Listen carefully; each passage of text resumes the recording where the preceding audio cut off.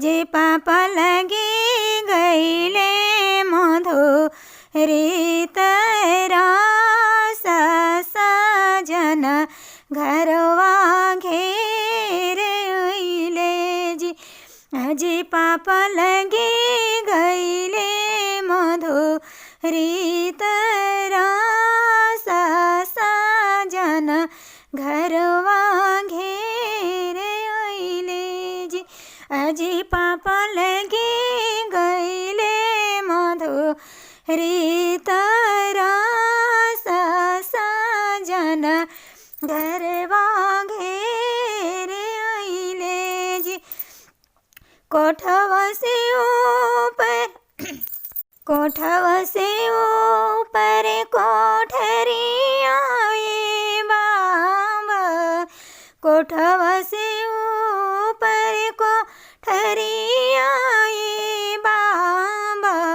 ए बाबा कितना सुतले नीरभेद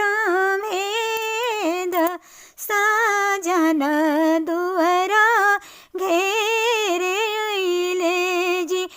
अजी बाबा कितना सुतले नीरभेद सजन दुअरा घेरे अइले जी। कुछ बेटी सुतले हेब कुछ बेटी जगल। कुछ बेटी सुतले हेब कुछ बेटी जगल। आगे बेटी कुछ हाई दहेज वाके सोच तो सजन दुअरा घेरे अइले जी। आगे बेटी कुछ हाई दहेज वाके सोच सजन दुअरा घेरे अइले जी। इतना दहेज भेंट दामाद के दिहली। इतना दहेज बेटी दामाद के दिहली।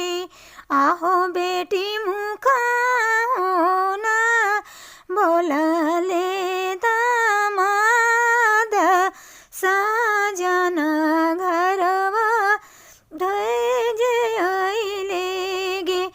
आगो बेटी मुखा होना बोलले दामाद तो सजन दुअरा घेरे अइले जी। हाथ के अंगूठिया पापा दामाद के दिहल। हाथ के अंगूठिया पापा दामाद के दिहल।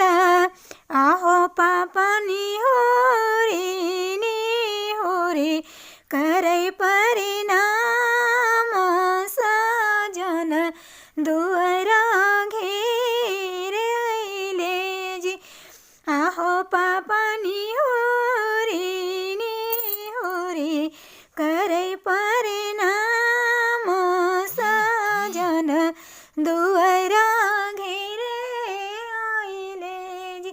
अम्मा से मीठी माँ हुई आए बेटी। आगे बेटी बही गेलै मधुरी